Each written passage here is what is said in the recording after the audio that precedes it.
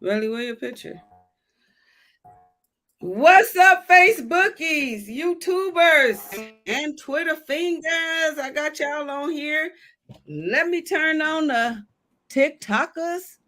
Come on, let's go live. We're going live on all platforms.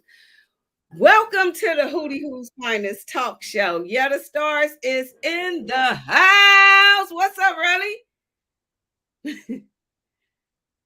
You see me? Oh yeah, I got you. What's up with you, baby girl? What it do, y'all? Man, I'm What you just chilling, doing? man. How y'all doing on this beautiful gray day? We are doing good. If we can get you out of technical tease. Laughing. Girl, I I just am sitting there laughing at I the want to keep you on. I just want to keep you on StreamYard because your stuff is tripping. Anyway, we got Adrian in the house. What's up, our special guest, our third co-host for the night? How are you, sir? No, I'm doing good. I'm feeling great. Thanks for inviting me. I am so excited to have you on this show because I've been speaking of you a lot on our show. How you such an inspiration to me with how you accomplished the things that you accomplished. But we're gonna get into that a little later. Really well, you okay? mm-hmm. You see Adrian? Yeah, I hear you. All right. Okay, hold on one second. I want to pull up. All right, cool. All right, really well. How's it going, baby? Weather some with my stuff. Yeah, you is messing with. Is it raining out there? Hold on. Don't even answer. We're about to get to the weather because it's the weather It report need time. to because it's messing with every. Hold on, really. Well, tell me what the weather is in Los Angeles right now. Yes. Well, let me tell you, you got to fix your mic. I think you got to just move around till you find a better service in the house. But right now, Adrian, we always introduce home first, and it is You your can home. Well, really, you getting stuck. Hold on. And it is your home as well, Los Angeles, California. Yay. It is 63 degrees out there. Mm, That's kind of chilly for LA. What you think? man, I like that weather. I like that weather, That's Not too perfect hot, not weather. too cold. That is perfect weather, but 63 is close to 50 something. Yeah. All right, let's go to KC Mo, where I'm at right now. 82 degrees. 82 degrees. Can y'all believe that? It's hot as heck out here. Still kind I of gotta, nice. I sit gotta here. pull up the Bay Area since we got Adrian on the phone with us. Yeah, it's got to be about 60 out here. Nice and cool. About Look 60 at you degrees knowing. at home. Wait a minute, I pull it up and you know exactly how many degrees it is. What you was looking at it or something? I It am just a came to joke. 60 degrees. Tell her Well, that I check every morning. I I can't usually move. get up around Tell her I'll be six out there. five. I go to work at 6 o'clock. So like to know what the weather is. Should I I wear don't a know. My hoodie life or is I know a coat or whatever? joke right now. Shit right here is not working. Really? I'm gonna She have to gone. mute. Yeah, I'm gonna have to she gotta come in back in because she throwing me off. All right. You my host for right now, Adrian. Let's Okay, do it. so let's Chi Town. What you think, Chi? Oh, Chi Town. All of a sudden sudden 81 degrees, man. Y'all getting hot out there. Okay. We have some followers that's in Chi-Town too. All right, Chi-Town. ATL, Hot Atlanta's in the house.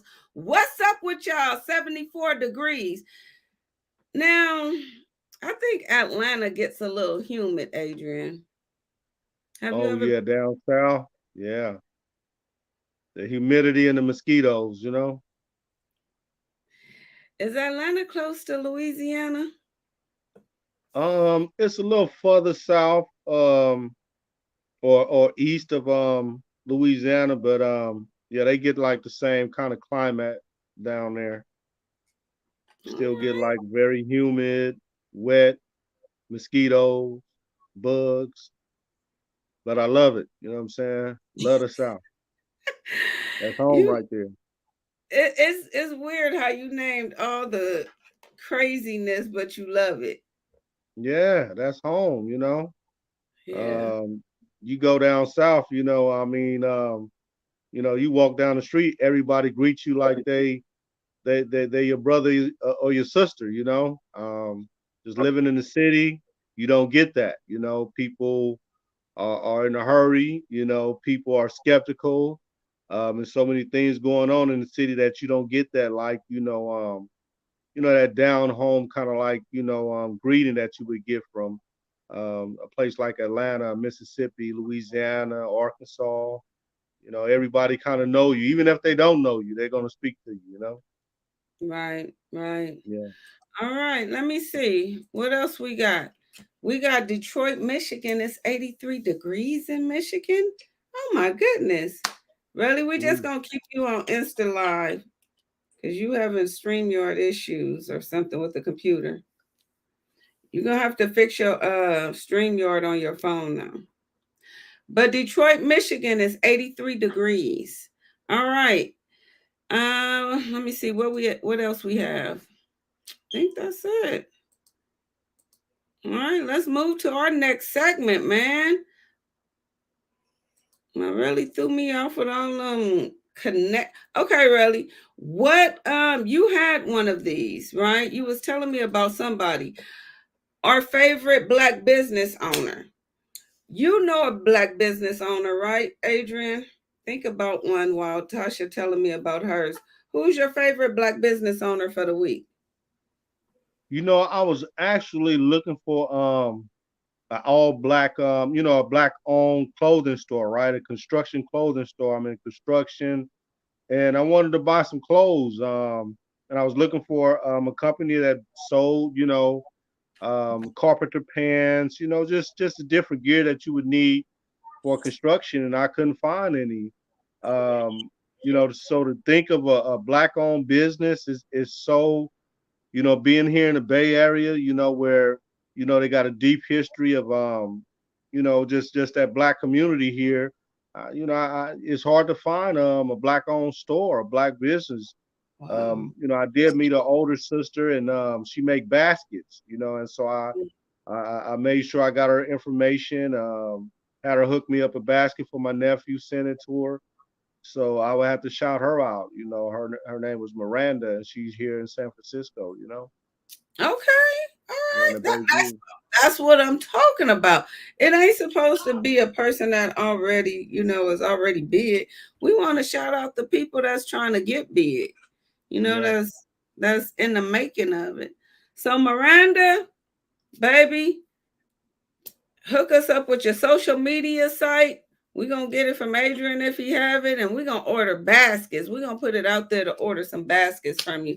I know I'm gonna order one because I hate making baskets, putting all that stuff Yeah. together. It's just not my thing. Not Yeah. my thing, Adrian. Really well. When you telling me about somebody?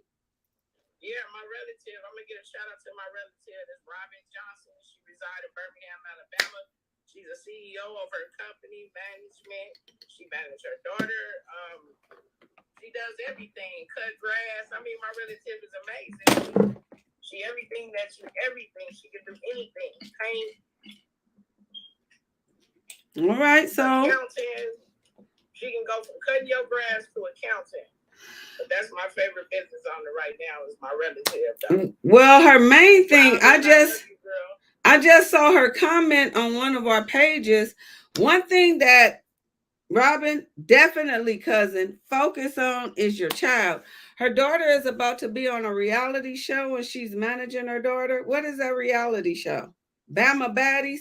They from Alabama. Yeah, this is our listen, this is our bloodline. I love it. This is our bloodline for sure. And this cousin that's about to be on Bama's Baddies, this reality show, she had a major accident a few years ago and it paralyzed her. And so she then created her whole organization. What is it called? Rose. What is it called? It's called Rose something. But she created a whole organization for all these beautiful women that's in the wheelchair. And I think it's awesome now. Wow, Kudos. that's cool. That's cool. Go ahead, Bria. Go ahead, Robin. Keep it going. Keep it going. Look at us all moving into content creation. Look at this. Yeah. So she do it for like just women who are in wheelchairs. That's like the Yeah, only like role demographic models. she's going after. That's what it's called. Role models. Our other Okay. cousin is in the chat. What's up, cousin? I see you in the chat. I love you, Rally. That's right. Keep it up. We gonna do this. I told you we was gonna be hand in hand. We don't look up and we don't look down. We look straight at each other, Rally. On the real. We're gonna accomplish everything we talked about. We accomplishing right now, though. You already know that. Yeah, so go to her. She's on Bria's on Instagram and she's on Facebook. Yeah. Role models. Mm. And she bomb. She bomb. Bria probably in her early 30s now, but she was in her 20s and just had a baby when an accident happened. And she was at the top of her game, beautiful, always beautiful, nice shape, everything. But now she's in a wheelchair and she's still beautiful on the outside. So when you're beautiful on the inside, you're always beautiful on the outside. It doesn't matter, right, Adrian? Yeah, absolutely. Beauty is in the eye of the beholder, you know? Gotta find beauty in everything. I know I do. Yeah. And you always do. You find one thing I love about you, you find beauty in the natural things. Yeah, you know the things that is set out in this world to hurt you, though. I just gotta lay this one down, though. The things that set out to hurt you in this world, if you just take a chance on yourself, you can make that the biggest blessing of your life. Your pain is your glory. Know that, though, right? And I done seen it throughout a lot of women that's sick. So I push that. That's the issue I push. But I love to see them succeed. I love to see them take that trauma and turn it into something tremendously beautiful. You understand what I'm saying? That's when you know you got it. Right. That's when you know. Right. It come from here, though. You can't make that up. You know? Right. Right. So I give a shout out really to all of my relatives because all you girls has got it cracking, though. I'm sliding in there with you, though, but we're giving Bria and Robin this moment. Yeah. See, this is why you should be on StreamYard. Mother say hi. Mother say hi. Anyway, okay, so let me go into the small black business owner that I want to give a shout out that is my favorite for the week. And I should have gave him a shout out. He's been doing amazing things. He comes from where all three of us come from, the area we come from, and he's been pushing it. He trusted me years ago. He seen something in my mind. I guess he knew I was creating businesses, but I told him, if I'll create you a business, but you got to push it. This is not the business I created for him, but he did push the business I created for him, which was a youth basketball organization, pushed them all the way to junior NBA champions. So this black business owner of mine, I want to present him. Let me share my screen. It is the one and only, as we all know him. Okay.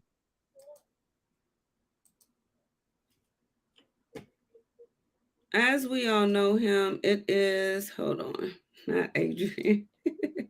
Okay. Hold on, let me go back to his page. It is D-Rock, Black Swan Entertainment.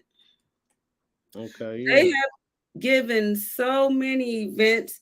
They're out there in Las Vegas. He's doing it big. His address is 101 West Brooks Avenue, North Las Vegas, Nevada. He has this nice studio where they give comedy shows, they give rap concerts. You can give a baby shower there. So all kind of stuff going on. So I had to give him a shout out. Let me go on his page. Here it No, is. that's cool. That's cool. I done heard of Black Swan Entertainment, man, and heard some good things about it, man. So, man, glad he's giving back, man. You know, involved in the community. Yes, yes. And he like for all the people that's rapping, if you into Yeah. poetry, if you into comedy, they have comedy shows. They have all kind of different, you can do any kind of event there. They also have a place in there if you want to film a rap video or a singing video, a video, any kind of video. They have a studio up in there. I mean, I think it's just amazing. And I'm so proud of him because he's been pushing this for a minute. He's been Yeah. pushing this thing for a minute. And just knowing where he come from and the struggle that he survived. I'm proud of him. So I had to definitely give him a shout out. If anyone is out there in Vegas and you need a studio, you trying to make a video or something, whatever you're trying to Yeah. do, if you need to rent out a space, go to Black Swans Entertainment. Black Look him Swan. up on social media. Look him, Google him. He's on all platforms. He have a lot of different rappers that come in and out of his studio, so you never know who you might run into there. So I had to give Yeah. my boy a shout out. D-Rock, keep doing your thing. I'm proud of you. Open the doors for those that want to come in and close it on those that don't mean you no good. Hey, black owned Anyway, business. That's how you so that was support the my community. yes, yes. And Yeah. he got at me. He want to do something. He have all of these business ideas like me. He want to do something big with the community. He want me to get on board with it. I'm not sure I'm ready want to do that. I got a lot of other projects going on, but I will help Yeah. always. What you think about that, Relly? Man, Reddy, I think that's amazing, man. You already know I get kudos to all my homies that's doing something positive in their life, though, you know? Turning it around, showing these kids, though, because that's what matters to me, is the kids need to watch us do this, though, because they need to know how to do it when it comes time to do it. All right. All right. All right. You know what that means? It's time for my thing about it is, and we got Adrian on here, which is good because Adrian gives good advice. Gives real good advice. So, Adrian, before we get into the 13th Amendment and getting you incorporated in all of that, the justice system, we got to do our Dear Yetta and Tree letter. And I know you've seen the show. I don't know if you've seen this part. We have a lot of different people that send us letters, Yeah. and Yeah. for some reason they love our You opinion. know, they sure do, Reddy, Mm. but they need to know, though. I just have to say this, though, you know, and I don't mean no harm, but Can you I hear do have to Tasha? say this. I would like to Yeah. I think hear. that other than relationships, y'all, you know, I can do that because I want to help my girls and to be queens to their kings. That's no problem. But give me some letters though. That's other than that. You know, give me some letters from work. Give me some letters from, you know, trying to get your life together. Other stuff like that though. You know, I don't mean no harm, but it's more than life than just a relationship. Straight up. You know, how could I get my life together though, Tree and Yetta? That's what I want to hear. You know, so we can get some type of advice. Well, I think in every letter, it has something to do with us giving advice for how to get themselves together. A lot of times people associate getting themselves together with different things. And I think a lot of people that's been writing us, looking at their letters and our advice, listening to our advice, it always stemmed back to getting themselves together. But I agree. I agree. We do get a lot of relationship letters. But here's the thing though. I think that just shows us what people are going through. That's on social media. All right, let's get into this. Hold on one second. Let me find this letter. I like you. I love you too. And I absolutely agree with you, Tree, about the relationship thing. They may be getting at you about a relationship, but it may correlate to a different part of their lives. So the advice that you give them about a relationship, they can take that and apply it to, say work or dealing with a co-worker or dealing with any financial issues or even spiritual issues. So that advice that you give them, yeah, they can always take that advice and apply it to different parts of their lives. So yeah. Right, right. I think, yeah, and that's what we do. That's what we do. Yeah, I like multitasking, uplifting. If that make any sense to y'all, Mm-hmm. multitasking, uplifting. That's what I do. So I do it in all areas. This mental thing mean a lot to me because mentally, if you right mentally, everything else will be right too. But so, well, that's true. I can answer some of them questions like how you get your mental together because that's the number one. That's the number one problem right now. It really is. All right, let's go into this letter so you can answer this for working for nothing. Let's hear it. Let's hear it. Let's hear it. What we got? I'm All ready. right. It's gonna talk Okay. from the heart. It's gonna be real. Dear Yetta and Tree, I'm back at work after being a stay-at-home mom for the last decade. My job is in public schooling and I earn less than $25,000 a year. Wow. My husband works for a Fortune 500 company and earns more than $120,000 per year. I understand that we have debt and I'm willing to contribute, but he keeps my paycheck, all of it. To be honest, even as hard as he works and as hard as he takes care of and provides for our family, I am not happy. It's not that I plan to leave, but without my own money, I don't even have the option to plan for the future. How can I convince him? How can I convince him to allow me the money I earn while assuring him that I will help to pay down our debt? Signed, working for nothing. There you go. This ain't a relationship issue. Yeah. It kind of is. It is kind of a relationship issue, just a little bit.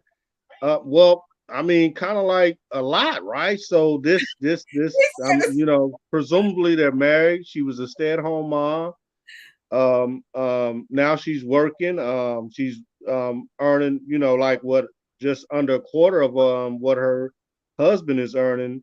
So my thing is like, if someone's qualified to lead the household, to lead the family, particularly when it comes to finances, hey, do that. If my woman, my wife, I have neither at this time, but if that was the case, then if she was more qualified to do that, I would absolutely let her handle the finances. In this situation, just them being in debt, she mentioned debt what 2-3 times. So for whatever reason, you guys are in debt. And so he hasn't taken those rings of the relationship and handled the finances to a point where you guys are like, not in debt or you know, being able to pay your bills, able to upscale and build. If you're in debt, you're not building. You're going backwards. You're stagnant. You're living paycheck to pay bills. So yeah, if he was qualified to take reins of you guys' financial situation, then yeah, of course, go ahead and do that. But obviously, if you guys are in debt, then he's not capable of doing that. And then goes back to your spiritual belief. Some in some relationships, in traditional relationships, the man is the head of the household, maybe that's the type of situation you guys got. You guys have where he's taking care of the finances. um and I don't want to get in too in depth about your belief systems, whether it be your religious background or what have you. But yeah, I don't believe that he's qualified to lead you guys in the arena of finance just based on you guys are in debt. So you have to do something. I don't know if kids involved, but just you yourself. You have to, at the end of the day, like, look, if you don't have yourself right, then how can we dwell in this relationship and have financial security if we're constantly in debt? So, no, I would take control of my own finances at this point. Right. First of all, go ahead, Relly. Okay. What you think? Wait a minute, Relly. Before you start, we gotta acknowledge our chat liners. We got my Relly Cuddy Bradshaw. She says all of it. Someone is not responsible. I think both of them are not responsible, cousin. So go, Relly. What you think? And that was part of what I was going to say, right? Because this here, if you're not qualified to hold your money and you got him doing it and y'all are going in debt, right? That was the problem. The problem is this here. You don't go get nobody your damn money. I'm sorry, but that ain't what you do. I don't care. Okay, so I'm with the man leading. I'm with that 100%. You went on mute. To a brick wall, and that's where y'all at right now. Yeah. Well, oh no. Here's my thing about it. I agree with Adrian. I don't think that he shouldn't be. I agree with both of y'all. I don't think that he should be leading with the finances.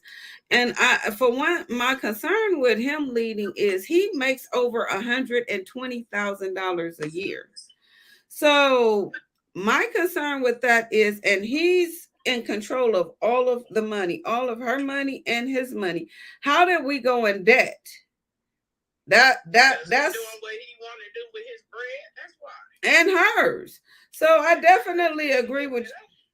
I agree with my Relly. She shouldn't be letting him hold all of her money. Now, I am all for. God knows I am. Coming together, two is always better than one.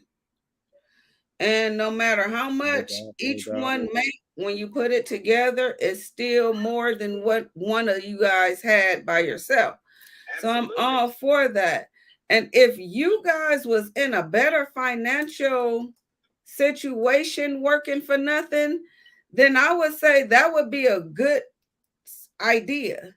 But y'all are in debt. So, and this has been going on already. You've been giving him all the money. Something's not right. So I think y'all need a financial advisor or somebody to come in and really help y'all to be able to budget y'all money correctly. If one of y'all, if somebody don't know how to do it, and your husband obviously don't know how to do it, I don't care about him making $120K a year. That still does not mean he know how to regulate a spreadsheet, a budget, or whatever's going on. Yeah, and she got. Yeah, but and then secondly, here's my second thing. Because we just spoke about this, I think last week, about a woman not having her own money. I don't think nobody should be in a relationship and not having any money for their own, for themselves. Now, you only making 25K. However, this is your husband, not your boyfriend. So really his 120K is yours too. Definitely it belong to you, girl. Everything in his pocket belong to you. You just not opening up your mouth. And she really needs to take that fear up out of her. I know what it is. A conversation. I'm reading through it now. You don't want to open your mouth because obviously there's something else going on there. A conversation needs to be happening between you and your husband, and he should at least give you money to get your hair done and get you a mani and pedi. What you feel about that, Adrian? Do you think he should be giving her some kind of money, or do you think he should just be taking all of her money because they're in debt? Well, I mean, it seems, like you say, she's been a housewife for the last 10 years. So she's been like the one at home taking care of home, which is a monumental job within itself. And, I don't, mean to pass any judgment on her husband, but she needs to take control of her own financial house at this point, just for her own security. I mean, it's just, the world we live in. We live in a capitalist society, and the dollar kind of like rule the day. Money isn't everything, of course, but there may come a time when you need that money, for yourself, for your family, for your kids, for some type of emergency. And if you guys are in debt, he hasn't made the right decisions when it comes to finances. And like I say, no judgment. You may be a more traditional, reserved woman, a person. I don't know all that, but for whatever reason, because you've been in a relationship, a home, um, builder for so long, you may feel obligated. Like, look, now that I'm making money, he's made, money for the last 10 years and took care of me and the household and so on and so forth. There should be no guilt there. He was doing what he was supposed to do as a husband, so no, that do not hold yourself to that or feel guilty because he's taking care of the household for so many years. With that said, someone hasn't, like Teresa said, balanced the budget. Where your spreadsheet at? How are you guys managing this $125,000 a year? That's a significant amount of money for a household to bring in. And if you guys are not managing it in such a way where you're seeing a profit at the end of the month, at the end of the year, if you're not investing, if you're not doing, making responsible money wise decisions, then it's time for a change of the guard, and you may what's her name, no, working for nothing, right? Working for nothing, yeah.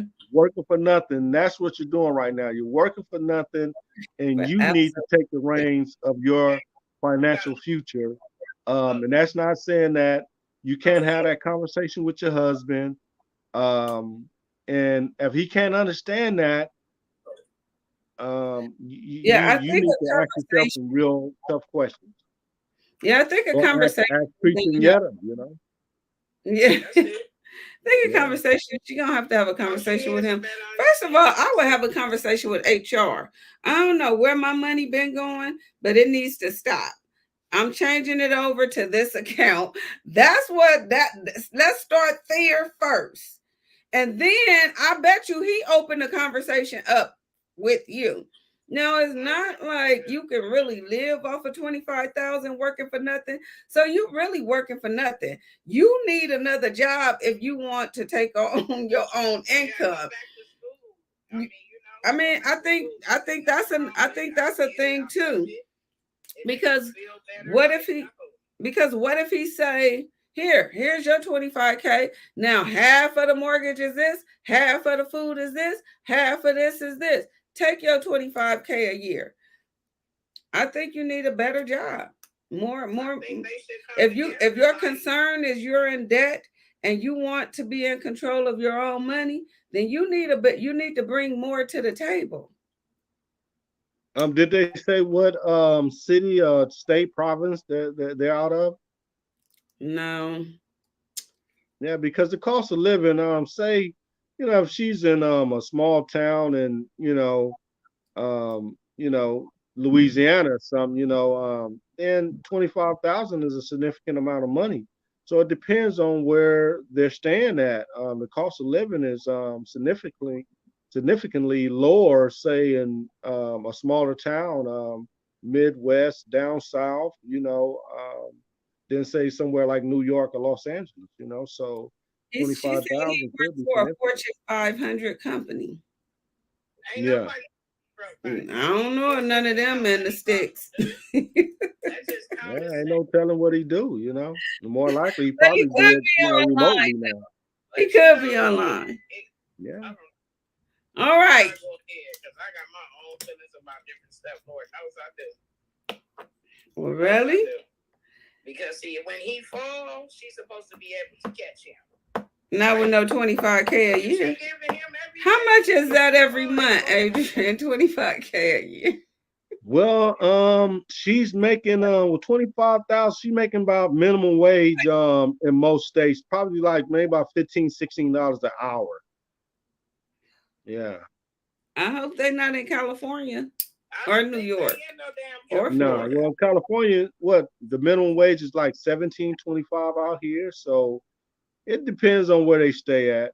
And how they live it, right? What if they drive? What if they got a Lambo in New York, right? He got a Lambo. What things like that. We don't know how these people live, and they might be living lower. We only going off of what working for nothing told us. We don't know what's going on. You can kind of, I'm like, yeah, you can kind of surmise like certain things just from the letter. I mean, it brings up so many different scenarios that could be going on. But yeah, she needs to have a conversation with herself, and and eventually have a conversation with her husband. You know, because that's ridiculous. To be in debt and have someone who's in debt, taking care of your funds, taking care of your money. It's like borrowing, lending somebody with bad credit money. The husband's supposed to always meet each other together. That's what I believe in my heart, right? But I also believe this because this is how my grandmother raised me. A wife and a husband don't always meet each other financially. It's a lot of marriages that break up because. So I grew up. I'm 47 years old. You're not gonna know what's in my pocketbook, right? That is out the question. I don't care if I'm married or not married, right? But we can meet each other together, right? We can do that. We can go and have on everything we can do. But what I'm not finna do, I'm not giving anybody my money. You shouldn't do that because you. I don't think so either. End of the day. You're unhappy. Is he unhappy? I think we should be able to come together and split things, and I can hold on to my own stuff. Right. But we're gonna move on since we didn't gave our thought about our thing about that.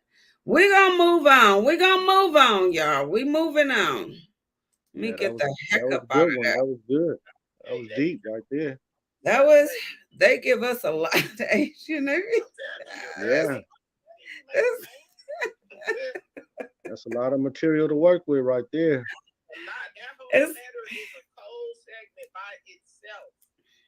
They always are. Our people are going through some stuff, man. You just never know. And then when you can just send somebody something anonymous just to get their opinion on it. It's a lot. Yeah. It is a lot. All right. I want to move this along to this. Is it justice system or injustice? What y'all want to call it? I would call it. I don't know what to call it. I know it's injustice. That was terrible. People gave me a headache. I don't care what nobody say. I call it like them playing a game. Like to me, it's like I be looking at a lot of trials that's going on. Like I watched I don't know if y'all heard about the Murdoch, that attorney that killed his wife and son blew their brains out. I'll be watching these trials, Adrian, and it's like um it's like a game in a courtroom. It's like a I don't know. It's like the lawyers doing a dance. Like they creating all this. They doing objections for certain reasons to put on the record, and I don't know. I don't Yeah. know. But I want to go into this 13th Amendment because I was um I was talking to y'all, and I think I was talking to you too, really, about the movie The Is it 13? I Yeah, was calling 13. it 11. I had Adrian like, I ain't heard of the 11. I'm like, it's called the 11. Like, Yeah, I'm like, I said, no, nah, I it's ain't. 13. I was like, okay, I'll check it out, but but once you said the 13th, I've actually, I watched it last night again, but I actually saw it. So I wasn't sure if I had seen it before, but it's so I have seen it. I've seen it the last 10, 20 years ago, right? Because they're talking about some of the same things that I've read about throughout history. Once I began to open my eyes and begin to read literature, I be you read about those things. So this has been going on for the last umpteen years. Some people say 400, 500 years. But with the criminal justice system, as they say in the documentary, about 1970 is when they really began to incarcerate a lot of black men, black women, in droves, to shore up um, the 13th Amendment, that slavery clause. Yeah, and when I first saw this, and I knew you, I don't know if I knew you had saw it because I do think that I remember telling you about it, but you've read so much that some of this stuff, like it is like you. I remember telling you about some stuff, and you're like, "Yeah, I don't need to," because you just, I know a lot about that already.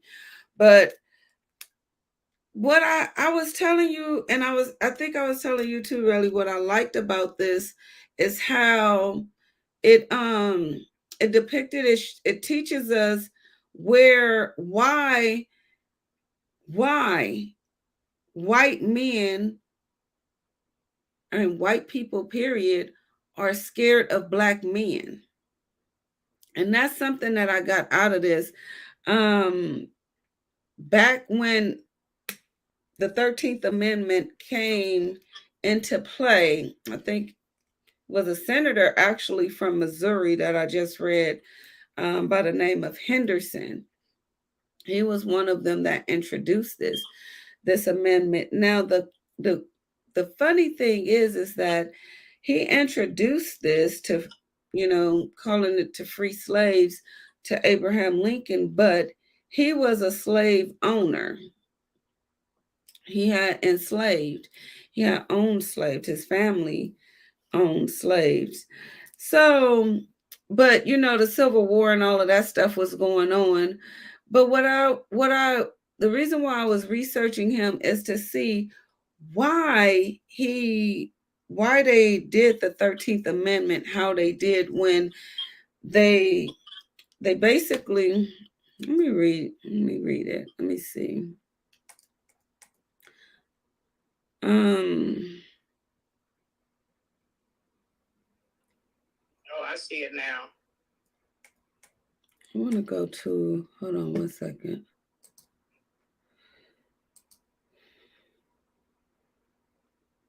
Oh, I see it. Need the slavery on it, better tell you. Yeah, let me see if I can. Neither slavery, well, section 1, neither slavery nor involuntary servitude, except as a punishment for crime whereof the party shall have been duly convicted, shall exist within the United States or any place subject to their jurisdiction. Now, I wanted to see like why was this part except as a punishment for crime? Meaning if it's a crime, meaning basically, right, if it's a criminal, if you get convicted of a crime, then we can enslave you. Is that what that basically mean? Yes, Right. that's exactly what that means. Yeah. And most But prisons, particularly California, California it epitomized that. In the California justice system, prison system, you have no rights. They say you have your constitutional rights, but they're limited in scope because your first line of defense in prison is, not a judge, not, necessary person who have congressional, oversight over the rules that govern the prisons. So you basically essentially don't have any rights in prison. Right. And that's come from my own personal experience of incarceration in California justice system. And so let's introduce that. Adrian. Adrian, how many years did you do in prison? I actually served 27 years in prison. Why was I thinking it was 18? 18. I don't know. What was your sentence though? What was your Well, sentence? I was sentenced to life plus 38 years. Yeah, for Okay. a gang-related homicide. I'm real open and honest. I'm very transparent about that. It's a huge part of who I am today. Had I not went through that, survived that, I wouldn't be the person I am today. So it's part of my story. Right. And let us know who you are today. What are you doing today? I mean, you got out of prison, you got suitable for parole. How long ago? That was in 2021. So that was So almost 2 years ago. almost 2 years ago, I've been out about a year and a half now.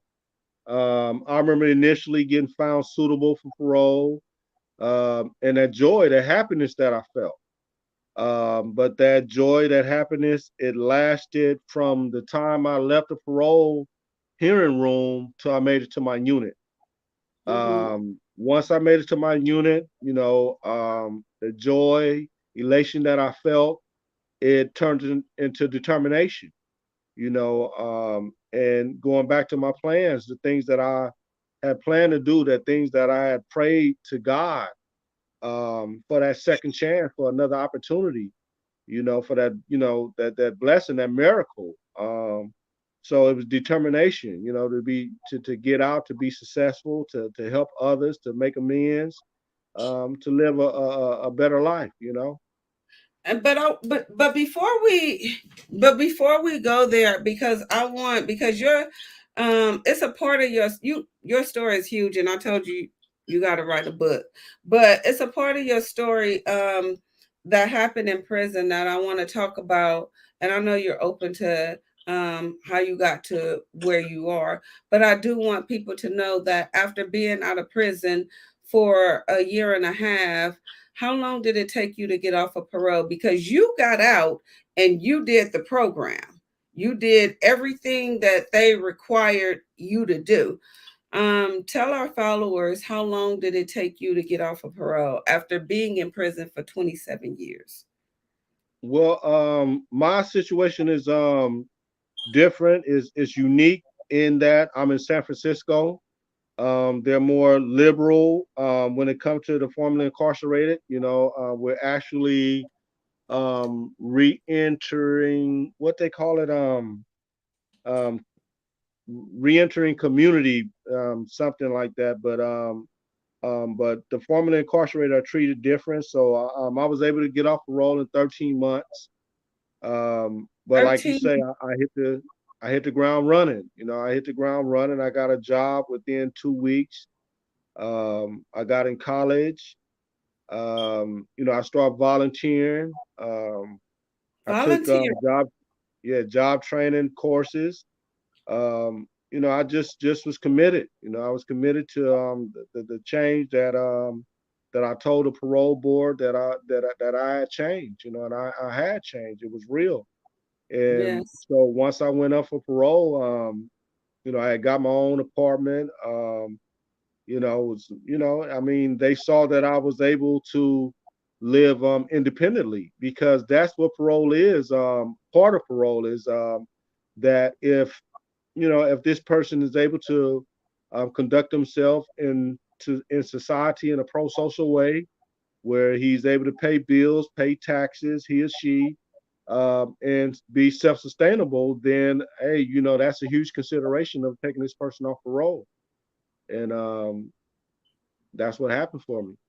And I'm so proud of you, man. So um I want to go back to when you was incarcerated um before you even came up for parole. You did all of these years. We're from the same area, from the same neighborhood, from the same community.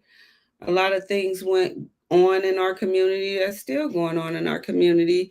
But anyway, as a young kid, you lost your mom at a very young age and you landed in prison with a life sentence. Uh-oh, I lost you. His phone probably went out. But he landed in prison at a young age after he lost his mom. Of course, turned over his life to the streets and just was doing some things and landed up in prison. Ended up getting a life sentence.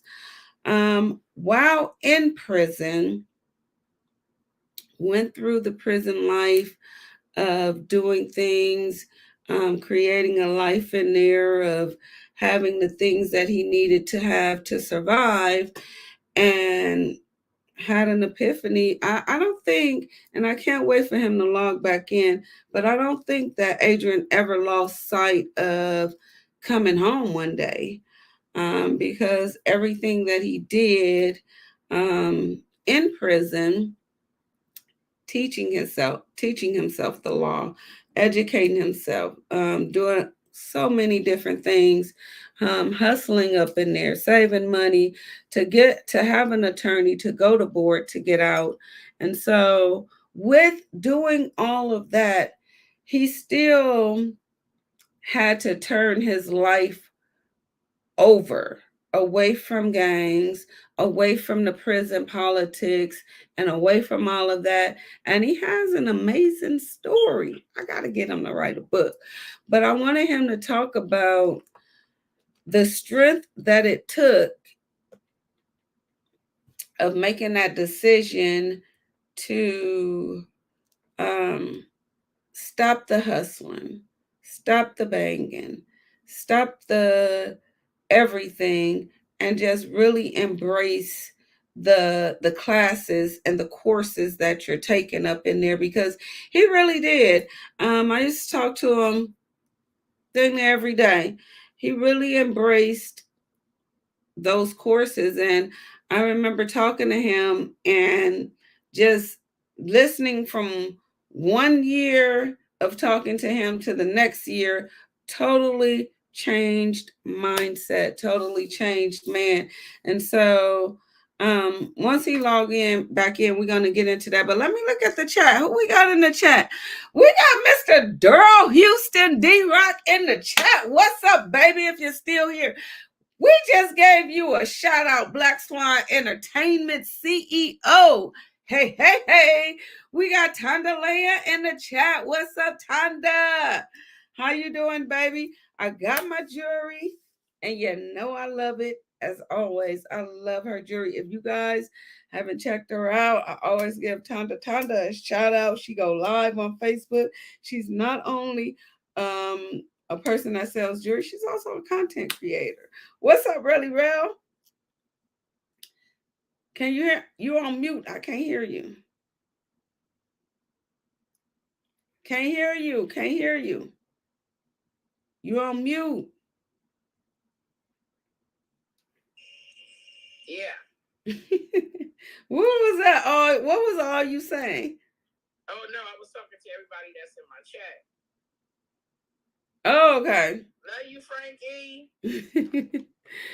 I don't know what happened to Adrian phone, and I can't even 737-922. text him. Hold on one second. Let me see if I Oh, could Stephanie, text him. what Let's it see. do? Oh, there we go. I don't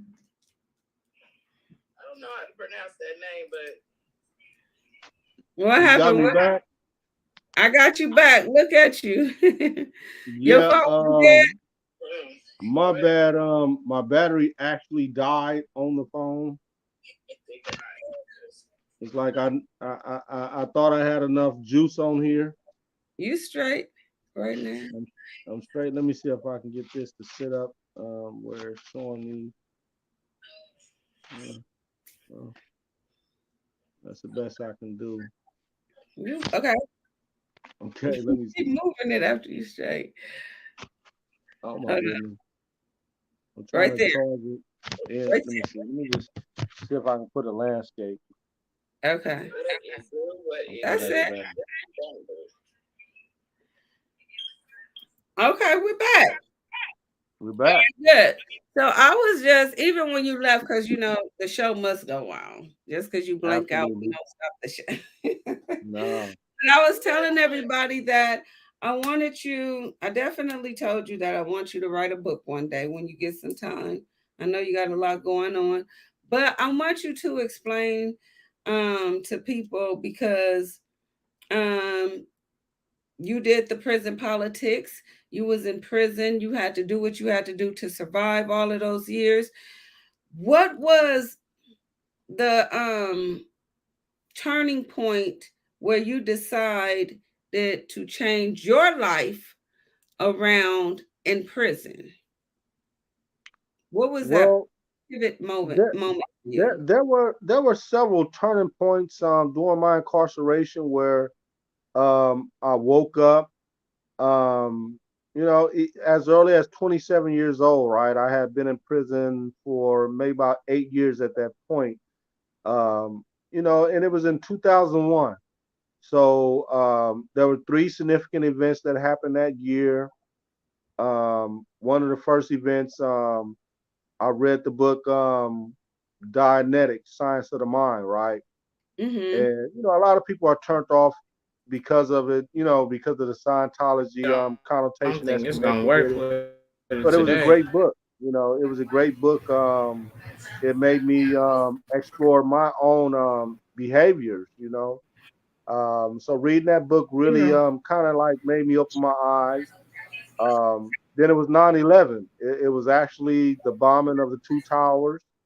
For the first, just being able to see the pain that people were going through. The husband who had lost his wife in one of the towers. Some of the other victims, the many other victims, just that really resonated with me. And Yeah.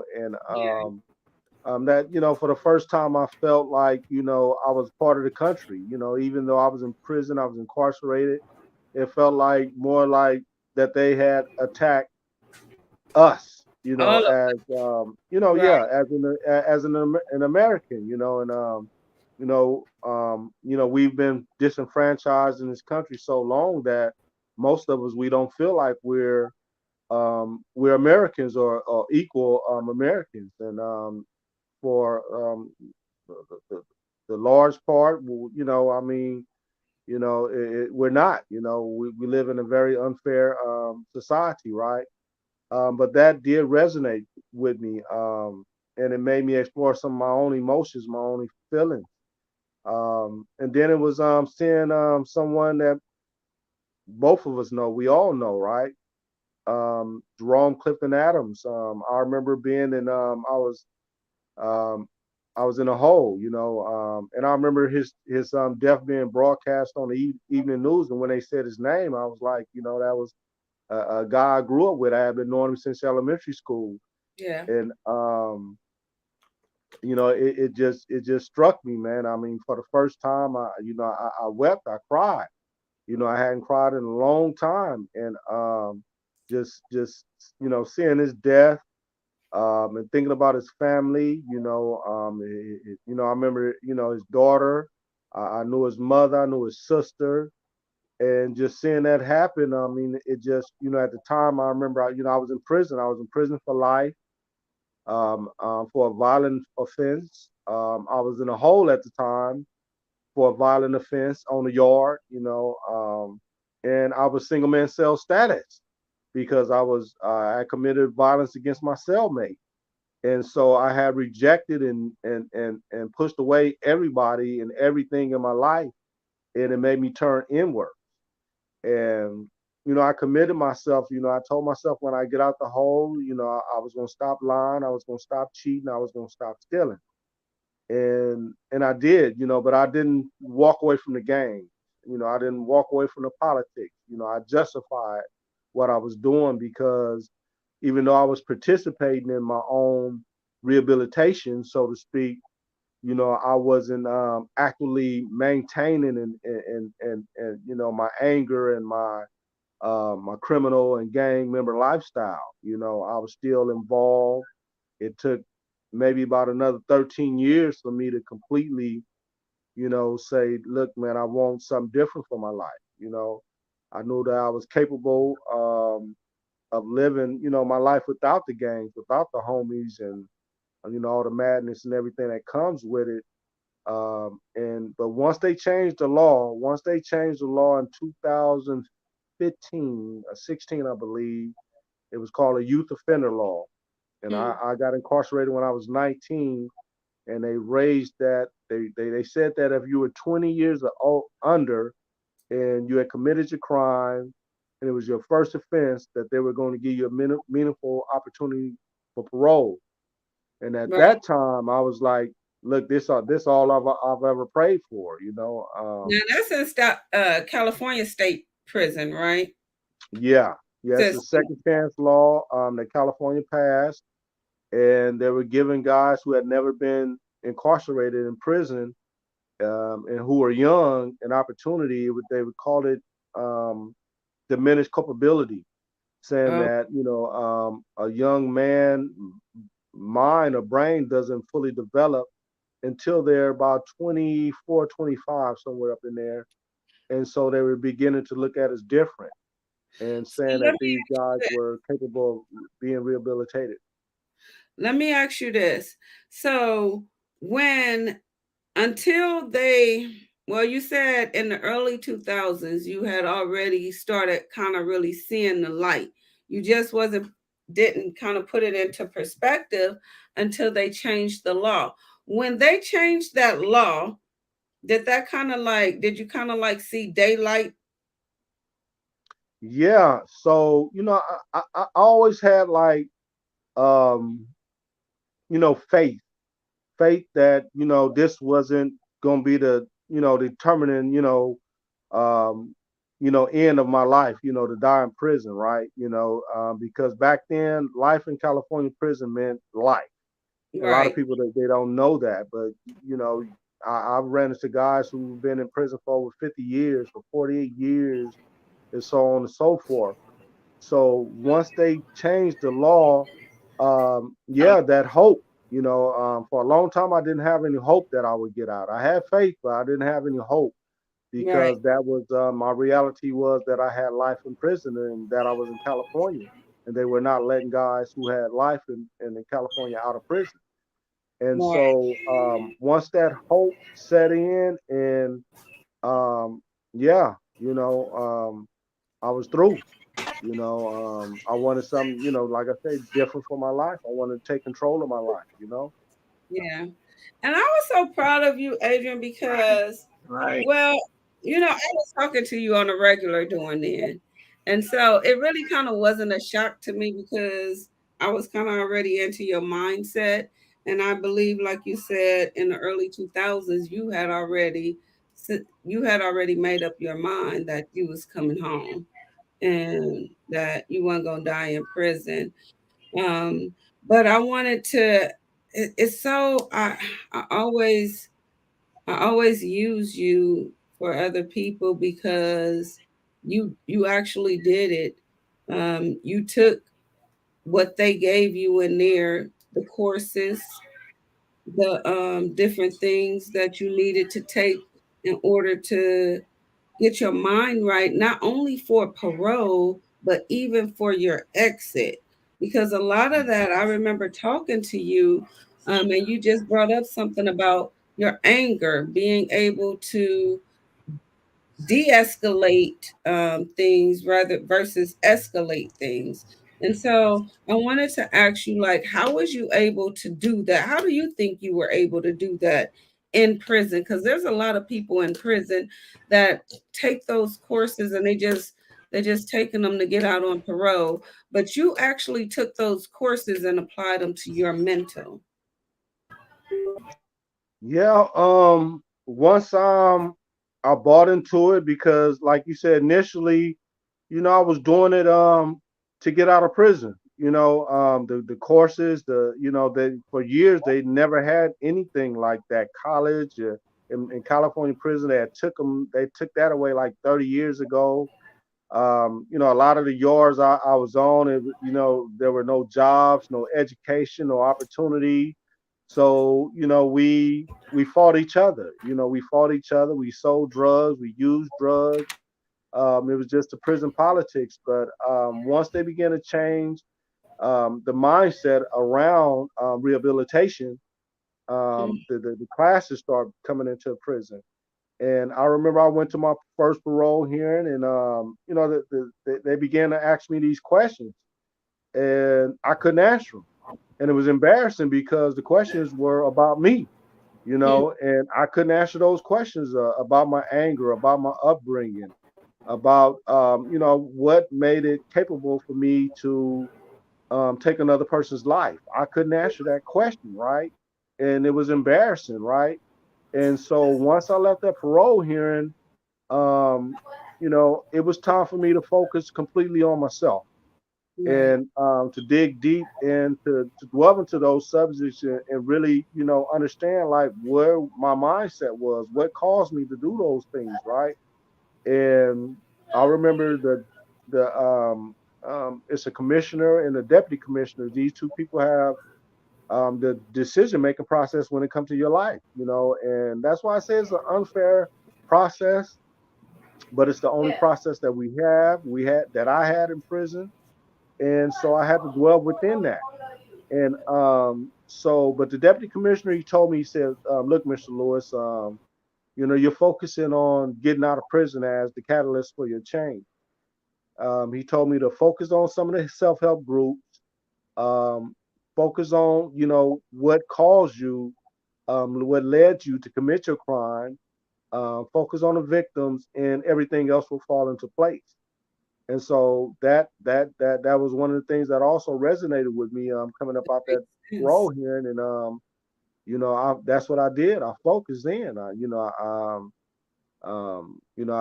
got at the homies so called on the yard. I was still on the level 4 yard. It was still very active the whole nine. And I told him, look, man, I'm through. I use what I call a universal language. I want to get out of prison. And if anyone in prison don't understand that, then something is wrong.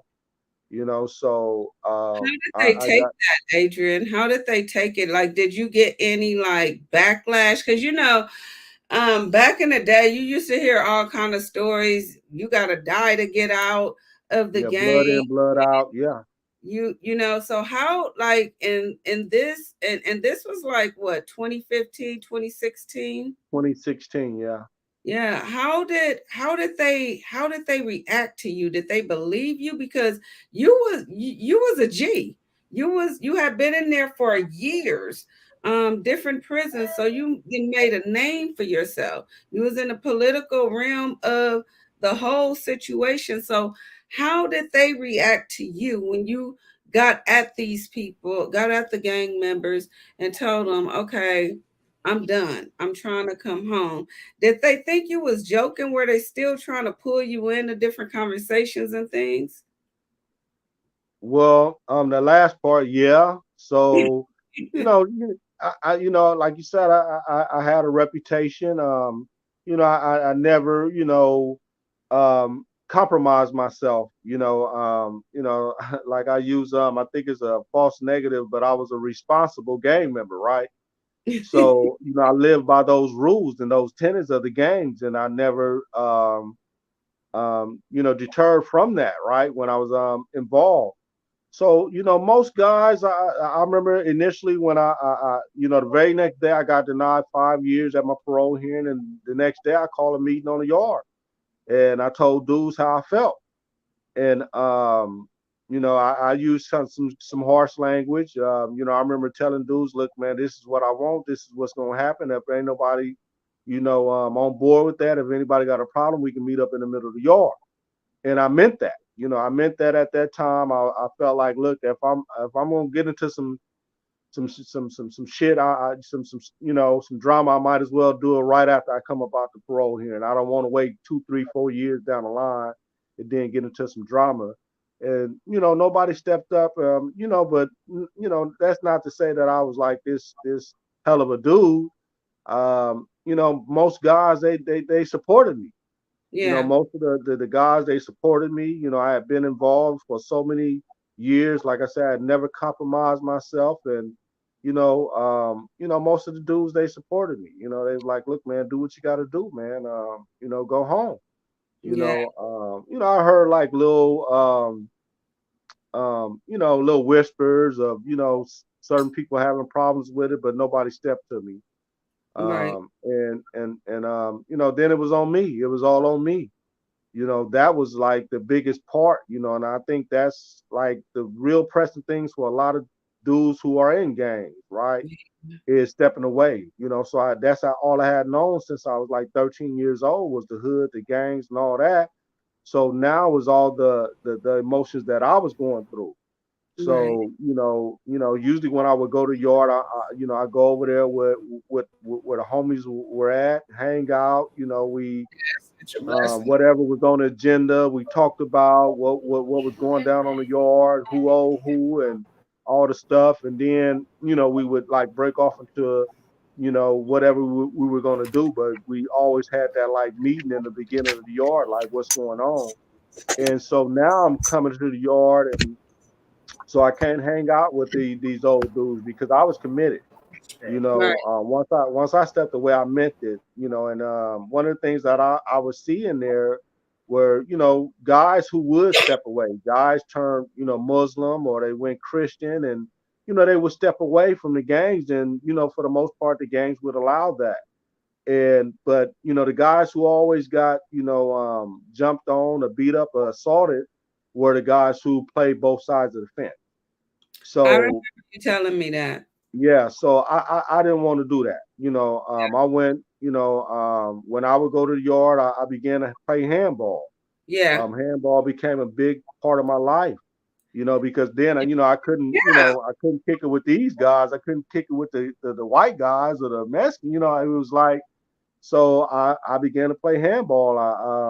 I would, when I came to the yard, I would hang out on the handball court. I would exercise on the handball court, and anybody who wanted to play, they had to play me, You and I wait a became minute. very I good can at it. remember. We gotta wait. We gotta Yeah, talk that's about this that's boss thing a little bit.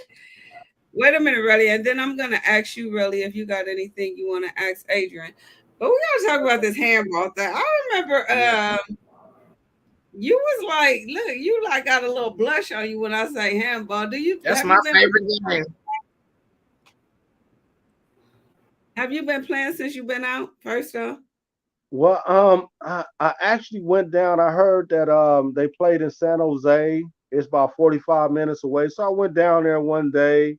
I played a couple of guys, played a couple of games, but right now my schedule, it doesn't like really, have room for it. I plan to change my schedule up within the next maybe about 4 or 5 months, and I'm looking forward to getting back into some type of handball activity. I cause you, really loved the game. I really loved it, yeah, and it cause was very. It became my safe haven in there. It became that place that I can go to release stress, or when you sweat, they say that those feel good endorphins kick in, and I was able to cultivate that positive relationship, and that need for human acceptance. We all have a need for human acceptance, and I was able to do that on a handball court. And you're Um, very competitive too. You was like the oh person yeah, you yeah, I remember this handball thing. You was like the person to beat on the yard. yeah. I, Uh, I don't know if it was Corcoran. It was an Asian that had your number though. Yeah, yeah, yeah. My boy Marcus, I always give it to Marcus and my boy G Wayne. Them were like two of the only dudes that could like really beat me. But at just about, and they were only like on. I rarely that during my 27 years in prison. That was rare. Yeah. So I was always like the top guy, or in top three, I would say. Just not to take none from anybody else, but that handball, it became my outlet. Yeah. Yeah. So we've been on here for a while and we're gonna get off, but I wanted to also talk real briefly about this and tell you how proud, and I think I've already told you this too, because I remember you had a plan and you used to tell me about the plan when you come home all the time when you was in prison. And I used to think to myself, and I had said it a couple of times to you, like, Adrian, that is not gonna work in times and Yeah. but one thing that I have to say is everything that you told me you was gonna do, I think even down to riding a bike. Didn't you have a bike since you I rode a bike for 7 months, and come this I on, still I still have my bike. I ride it to the YMCA. I ride it, to the store. I actually, I got, two cars now, not to, be, like all this and that, but I got two cars, but I still ride my bike. But initially I rode a bike for 7 months. It was that sacrifice, right? yeah, Took public transportation. Well, I didn't really like public transportation, so I'd rather ride the bike. Yeah, so a lot of things that I planned. I mean, I had all that time in prison to think about all these things, right? So, being able to come to San Francisco and just be a face in the crowd. But I say no matter where I would have been paroled to, if I had paroled back to Los Angeles, the mindset that I had to be successful, that determination, it never changed. It never changed. So no matter where I was at, I was planning to be successful. right. Yeah. Really, come off a mute. What you got for Adrian? Come off a mute. I'm proud of you, man. My grandmama proud of you, man. All I got on there was just like you to know that I'm very proud of you within my heart and soul. I see it's compliment. Just keep doing what you're doing, man. I think you'd have asked all the questions for me, though, really. But you keep doing what you got it cracking. You Absolutely. pulling your Will life do. together straight. I appreciate that. You doing it the right way. I appreciate that because I'm trying to do the same thing. That fire came like you have to sometimes, but people like us, God made us for a reason to tell people how to get over that hump. And you already that. You already know it's already in you. You ain't gotta push, you ain't gotta make it hard. It's already your DNA. You just keep doing what you're doing. On the real, I'm very proud of you. Very. Yes, keep doing what you're doing. Your daughter We trying to got get her here, feedback but from the something's chat. stopping her too. But she proud of you too. So she's sending messages. Hey daddy, we proud of you. We, I'm we know serious. you. Like it ain't that many that really make a decision to do right though. They try to do right to come home. I didn't been around so long, I didn't seen it. And then when they get out, they go ratty again. But keeping it straight, it takes a lot of power to keep it straight, a whole lot of power. Yeah. There's a lot of To temptation out here. You reject it. You doing right, man. What kind of temptation you That's about rejecting? it. We got D-Rock in the chat. He said, congratulations, champ. He D-Rock on this champ thing. He calling everybody a champ. So he trying to knock out congratulations, champ. For sure. You're looking out. All right. So before I let you up out of here, what's going on with because you know we get on so a little racy stuff. So what's going on with your little love life? Can do we Well, need somebody? so I think I told you I had connected with an ex down there in LA. This is back in what, November, Thanksgiving. I had actually, I was still on parole. I went out to Arizona to see What family, and was that the first piece that you got when you came home? I want no, it actually took me about 7 months to get some, right? And it what? wasn't because, yeah, it took me about that long, right? Because That's you because know of I was, you though. That's because of yeah, I mean, you. yeah, I wasn't focused on that. I wasn't focused Yeah. on it. You know, I wanted some, of course, but I wasn't like going after it like that. I wasn't, it was little opportunities and stuff. Even in the halfway house, I had a couple of little females trying to holler, whatever, right? But I wasn't like super focused on it, anything. I was just, focused on, getting some paper. A couple of cats looked out, a couple of my dudes and stuff looked out for me and Mm-hmm. stuff. That was cool. But for the most part, like I say, the gangs, the hood, it didn't give me no pension. I didn't have no retirement fund or anything like that. So I had to get out here and get it. You know what So I'm what's the saying? And you didn't get any poo nanny for 7 months after doing 27 years. I think you probably was scared, Adrian. Do you Real. think there was a part of you that was scared to be in that kind of setting? I mean, you hadn't had none in 27. well, see, I think I see we like you said we would talk periodically, right? And I may have told you like I had always said, look, I I don't need I blame need you. to I see don't think I need to see your status. You know what I'm saying? Here go my status right here. I'm A1. You know what I'm saying? Is you clean? What's going on? Because you hear about, you remember I told you that. You know what I'm saying? I was serious about that. I don't, you say that I'm shit not, now. you know, That's I, what you say. yeah, That shit, mean a here go lot my to me. paperwork. Well, I got a clean bill of health. What's going on with you? Right. So that was like my focus and stuff, right? Get that As far as like trash. a situation or anything. But yeah, there's this one girl, she pursued me, and she pursued me so tough that after 7 months I gave in.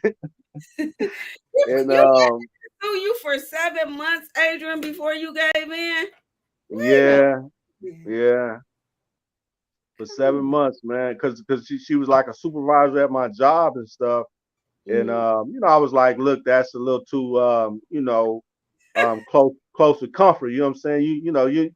Always I you don't know always what learn they in the like game me. not to play your hand too close, right? So I was like, that's a little too close right there. Even in the halfway house, I was like, yeah, this could get me kicked out or something. So I was always on that tip. And then one of the things is being locked up for so long, I lost that muscle, to be able to pop and get at a girl or anything like that. All that stuff was out of my mind and stuff, man. It was just particularly for the last 5 years I was incarcerated. It was just about getting myself right, Yeah. my mind, my spirit, being close to God, and getting out of prison. So I lost that muscle, you know what I'm saying, to be able to get at a girl or anything like that. So I still ain't got no game. My game So is the shoulder to the supervisor midget was on his knee. so I the mean, a little supervisor was person on his your knee. first because whoever was your first, you was a virgin. 27 years. Come on now, you had to start all over again. So was your supervisor your first or was your ex? My supervisor. Yeah, Well, that's good. I yeah, am happy that you finally gave it up, Adrian. yeah. And I don't got that job no more. Did she fire Yeah. you? No, no, no. I quit. I resigned. I resigned from the job. Shut up, Did nigga. something different. Say it. Say That is cool. That's cool. I'm so Type it in the excited. comment. So, are you looking for you a girlfriend? Yeah, I would say, yeah. Um, like I said, I got into a relationship and we were going strong and, You told it's like, I actually called you and I talked to you about it, right? Because I wanted advice on it and stuff. And that's one thing I would always tell people, like, you know, whenever you're in a situation, don't be scared to reach out, right. ask for help. You know what I'm saying? And I remember I was going through something with the relationship and I got at you and I text you like, man, can we talk? I just want to talk to you about something, right? Right. And so we got to talking and you gave me some sound advice and stuff, right? And it was a long distance relationship. She was in Los Angeles, I was in San Francisco.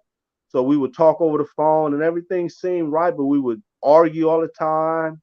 And it just came to a head maybe about a month ago. I went down there and it was just I left demoralized and I knew that, I it made, I couldn't just continue to feel like that. You know what I'm saying? Because I don't want another person to feel like that. You know what I'm saying? So why are we continuing in this relationship? So and I wouldn't say I'm actively looking for a relationship or anything like that. I think it'd be extremely selfish for me right now to even invite somebody into my life because I don't have no I have no off days. I have one off day, right? On Sunday, but I get off work at 7 in the morning, and then I got to go back to work at 6 the next morning. So it'll be kind of selfish for me to like, try to invite somebody in my life right now. Yeah. Yeah, Well, don't wait too late. Don't wait too long. Don't I wait too got a long. plan. I got a plan. You do. Well, Yeah, your plans, your plans go through. I'm yeah. scared to even ask you what your plan is. Oh no, the plan is just to shuttle one of the jobs. I work a job where the job I have now. Because I was looking for somewhere that I can make like a livable wage without having two, three jobs, right? Right. So I finally got a job where I'm making pretty good money. So I'm gonna shut down on my part-time job and that leave my weekends open. And at that time, I think I will actively begin to pursue her. You know what I'm saying, baby. You know what I mean? Yeah. Oh, so Yeah. you got your sights on somebody. Nah. No, Uh, no. I mean, San but you Francisco know is her, cool, but but you know there's her there's name. no there's no there's no working middle class black community in San Francisco.